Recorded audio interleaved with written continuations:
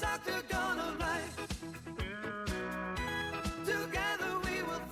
the Jones fight, a lot of people wrote Ciryl Gane off. He looked damn good tonight. Yeah, what did you think about the fight on its way to the eye break? What did you take from those 4 minutes? Good. Looked like we were in for a few rounds, and it was going to be a good fight. It would seem obvious that a rematch is right on the cards. Would you like to just rebook these guys as soon as Tom is able to get back in there? Yeah, total pain in the ass, but yes. Alex Pereira and John Jones agree that they should fight at the White House in June. Dana White was happy that they gave the fight to Volkov over Almeida. Well, Ben Askren was like, "Why is Jailton allergic to throwing punches in there?" Was his exact?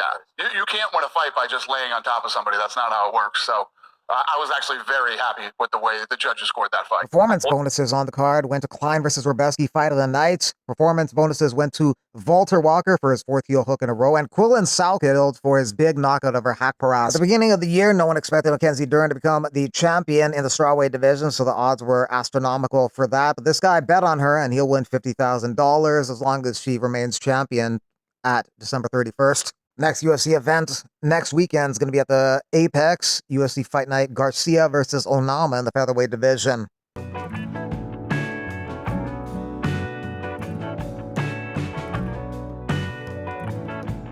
Bo Nickal said he was cool with being on the prelims for UFC 322, but they put him on the main card. Don't know why, but they put him on the main card. Main event, JDM versus Makhachev, Shevchenko, Weili is the co-main event. Brady Morales on the card. Bo Nickal versus Rodolfo Vieira, and Leon Edwards versus Carlos Prates. Kicks off the main card. Some people wanted to see Dariush versus Benoit Saint-Denis on the main card as opposed to Bo Nickal versus Rodolfo Vieira. That fight may end up just being kind of like an average striking fight. Bo won't want to go to the ground with Vieira. Vieira can't take Bo down. They'll just kind of strike on the feet. So Benoit Saint-Denis versus Dariush will be the headlining prelim. You also got Kopilov Rodriguez, Blanchfield Cortez, Wellmaker Haddon, Daukas, Mearshart, Sabatini Mariscal, Hill Klein, and Susakayev Makhaniko. So you got some good prelims on this card as well. Chael Sonnen and Anthony Smith seem to feel that Tom Aspinall should have continued to fight even though he may not have been able to see out of one eye. Being poked in the eye is illegal, Brendan, but to fight with one eye is very common. The opponent's trying to hit your eye. He's trying to bust up and make your nose bleed. So that part of it does have question for guys like Anthony and I. We're trying to be polite. We're trying to show grace. But in all fairness, if you're the heavyweight champion of the world, you got to fight with one eye at times. I thought that the fight was turning out to be a little bit harder than perhaps Tom had expected. I had one concern with Tom, and this is not his fault. It's because he's so doggone good. But the reality is he finished 6 guys in the first round.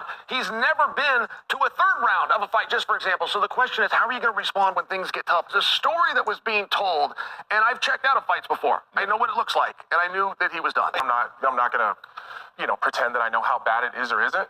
I think Chael made a poetic point that you have to be used to or willing to fight with one eye. I did it in Singapore. You never say, I can't see if you want to continue to fight. So when they ask the question, you just nod your head and you just walk away. Like you find a way to get away from the doctor. If you want to fight, you can fight. If your eye gets swollen and it gets shut, or if your nose gets clogged and you can't breathe, that you're kind of used to these things. Tom said something that, look, we got to dwell on a guy in a really bad moment, but to dwell on him, he said, I got poked in the eye, I can't see. If you got poked in the eye and you're injured, we have a totally different conversation. If you get poked in the eye and you can't see, generally in our sport, that's just something you've got to push through. To love. Ciryl, we have seen you in the cage for the first round. You were doing good. You were flawless. We have seen your coach give you instructions that you are free to do what you want in the cage. So how is it in this state of flow? How did you feel? Bon appétit, le king.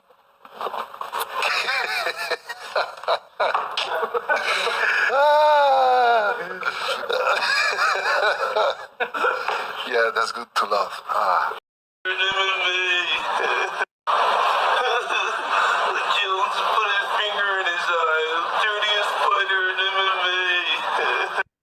Nathaniel Wood, after his win over the weekend, would like to take on Pitbull next because he's in the rankings and also has some name value. Former Bellator champion, obviously he's one hell of a name. I know that he's not got super long left in his career. I think he's 37, so, I can't sit there too long waiting for him. And he's only 1-1 in the UFC, so at the end of the day, he's a massive name, but it's a realistic one that I can call out. I can't sit there and call out Volkanovski right now because I've got a bit of work to do to get there. So I think someone like Patricio, he's only had 2 fights in the UFC, 1-1. I've had 13. I'm now 10-3 in the UFC. So I don't see why that's unrealistic to call for. Alessio Sakara wins a split decision over Chris Camosi to win the BKFC Cruiserweight title. Mackenzie Dern eyes Tatiana Suarez as a potential first title defense. Suarez, with her takedown skills, might be able to win a decision in that fight. With Weili Zhang no longer the champ in the division, it's kind of wide open at the top. On any given night, anybody could become the champ. Let's go. You take down this Peppa Pig, chocolate Peppa Pig, and you think you have less. Let's go, show me have less. I'm ready, I'm here. Relation. Giving or considering what she did to the organization, was there a reach out for her to come in? Is there a reason why we don't see her as often? That maybe something can be done.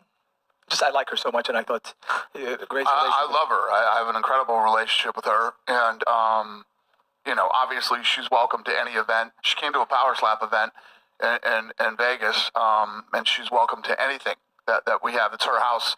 Will always be her house. You know, that's a personal thing for her. It doesn't have anything to do with us or you know, at the UFC. But what was the other question? That's happening with have you spoken to Trump, because recently there's been some aggravation that's happening with the politic there in Qatar? He was literally sitting tonight on the runway in Qatar and wouldn't leave the plane. He had the dignitaries from Qatar because he was afraid he wouldn't be able to get the signal off the plane. So he was on the plane watching the fights tonight. Cody Stamann took his first fight after no longer being part of the UFC, who's the main event on this card, and he won via decision. Wardley got an 11th round stoppage over Parker. Some people didn't like the stoppage. Wani says, absurd stoppage for the broadcast. Parker was up 6 rounds, 2 rounds, and even. Was Wardley pouring it on? Yes, but both men were having moments. No knockdowns. A fighter of Parker's caliber deserved way more time. Bilal Muhammad empathizes with Tom Aspinall because Bilal was eye-poked by Leon Edwards, and that's how their first fight ended as well. Let's hope it's not a serious injury for Tom. If they want to get rid of eye pokes, they need to take a point away instantly. Don can't be mad. You clearly poked him. Learn to keep your hands closed. Hey, I want to let y'all know I'm not with Donald Trump no more. I don't support him. I don't like him. I think he's a corrupted leader. And, yeah, it took me a while to come to that conclusion, but I finally am coming to it. I do not like the guy at all. The first thing for me was he didn't release the Epstein files. They're even acting like they didn't exist. And then, of course, they're sending Israel and Ukraine all of our tax dollars, just like the numbnuts before him did. Putting America last. And now he's blaming the beef farmers for the price of beef. Hey, I'm not biased, man. He talked a good game. He tricked me. I was fooled. I admit it. Okay, now let me tell you how bad I think this is, though. This is really this bad, guys. I want y'all, if you're a Christian, I want you to get into Revelation 13:3, and I want you to read that verse. Yeah, about the Antichrist, about the one who was fatally wounded in the head. Then he was miraculously healed, and the whole world marveled at him and said, no man can make war with him. Yeah, I do think that Donald Trump is that beast of Revelation 13:3. Yeah, go read it.